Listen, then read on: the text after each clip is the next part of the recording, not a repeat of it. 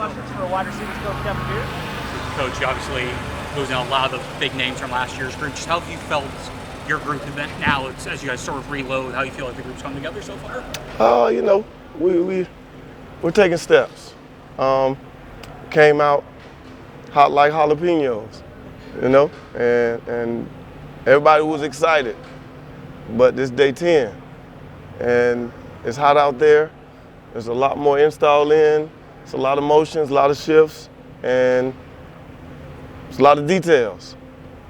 Things fall apart, and so we got a lot of work to do. You want to be excited about them, but at the same time, we got a lot of work to do. Saw C.J. Daniels was out there today. Just what have you seen from him, over the course of the last few weeks when he hasn't been able to practice? Like, what has he been doing to kind of help the group and kind of learn the offense and everything? Really good job in leadership.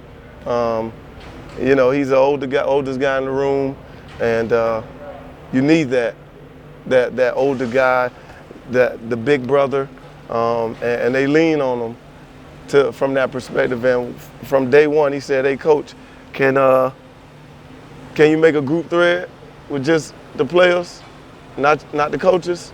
And they're on it all the time. And so they'll text, "Hey, we're gonna watch film at 5 o'clock." And you'll notice a lot of guys in the building around that time because we gotta take this thing to the next level. So it's a constant mindset of how do we get better. If we did good job. How do I get better? If we did bad, dang. How do I get better? That's how we're gonna end it all. And you guys, I think if I remember right, you guys recruited him when he was in the portal the first time. He chose LSU, comes here now. Just what do you like about him as a player? Oh, you know what, man? He's a worker. He's a worker. You don't have to tell him to catch balls from the jug machine. He's the one initiating it, and he's kind of been through it, and he knows he has a lot of young guys behind him, so he's trying to show them the way. And being that when I was here, that was the process. The freshmen come in and the older guys show them the way, and then when the older guys leave, you take it over. And so that's really what I've respected from his approach, and we're gonna need it to continue to get better at it. Coach, I'm curious to know, with your young receiver group, who else has been coming up and being a leader within? You know what? It's funny, I kind of tell them all the time that everybody expects anybody to be a leader. You got to learn how to be a leader. Some lead by example. Some are servant leaders. Some of them are more demanding. And you just got to figure out what's your niche. And so for the room, I got to be the same guy every day to teach them how to be the same guy every day. And I think as that goes, I have to build that chemistry. So I got to put something in their tool belt to force them to hold somebody else accountable and just teach them how to. So when they fail at it, like, man, why you ain't tell him he was wrong? No. You got to be that way because come game time, if he drop a ball, you can't not let it go. You're going to be ready to yell and get after him. But if that's the first time you're doing it, that ain't right. That ain't good. So it's funny you say that because I've seen JoJo Trader actually keep you accountable through practice. Talk about his leadership skills and how he's been. Yeah, it's funny how that works because, again, I can't try to teach you how to be something and then I can't follow. So when they have the opportunities to hold me accountable, oh boy, they're going to take advantage of it. And understanding it and knowing it, I laugh and I don't want to do it or whatever the case may be at the moment, but it's like I have to because this is a learning curve for them. If I can do it, then you definitely could do it. Hey, Coach Kevin, I know a lot of people have been wondering, what's your favorite color?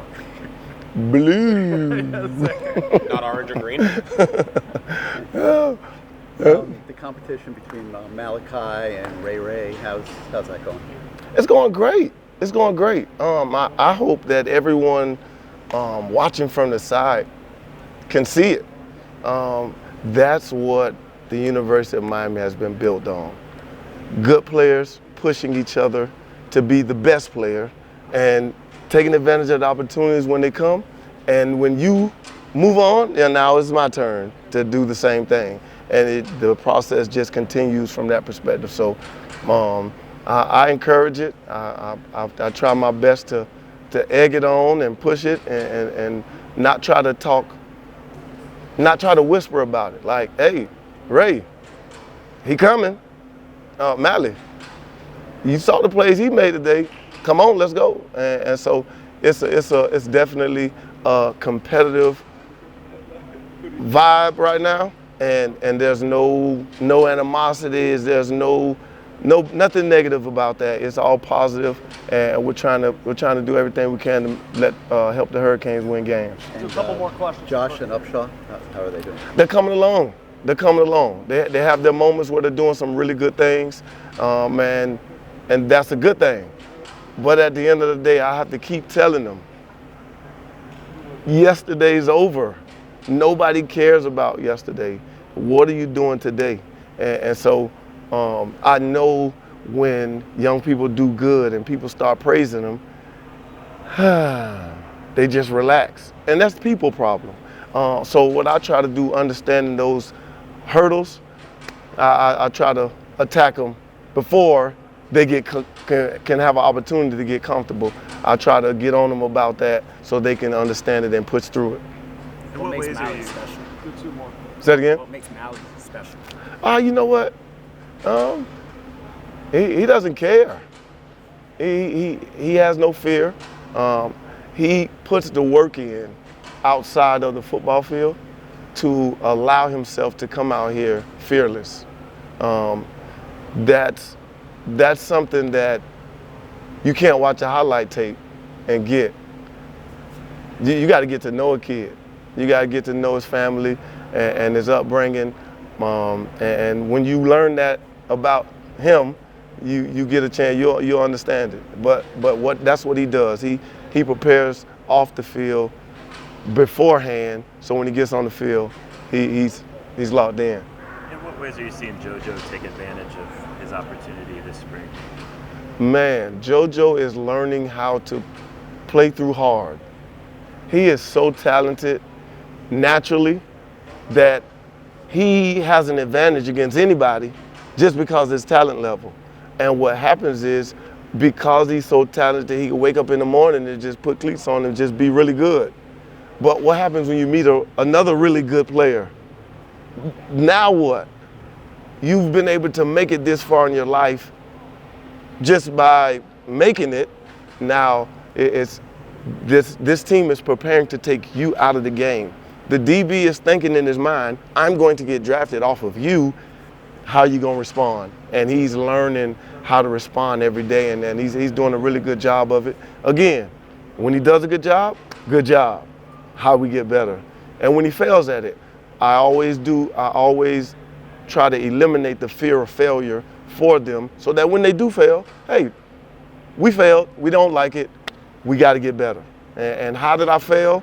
Because if I don't know how I failed, then 9 times out of 10, I'll be failing again more than being successful. But if I learn how to fail, that'll teach me how to be successful.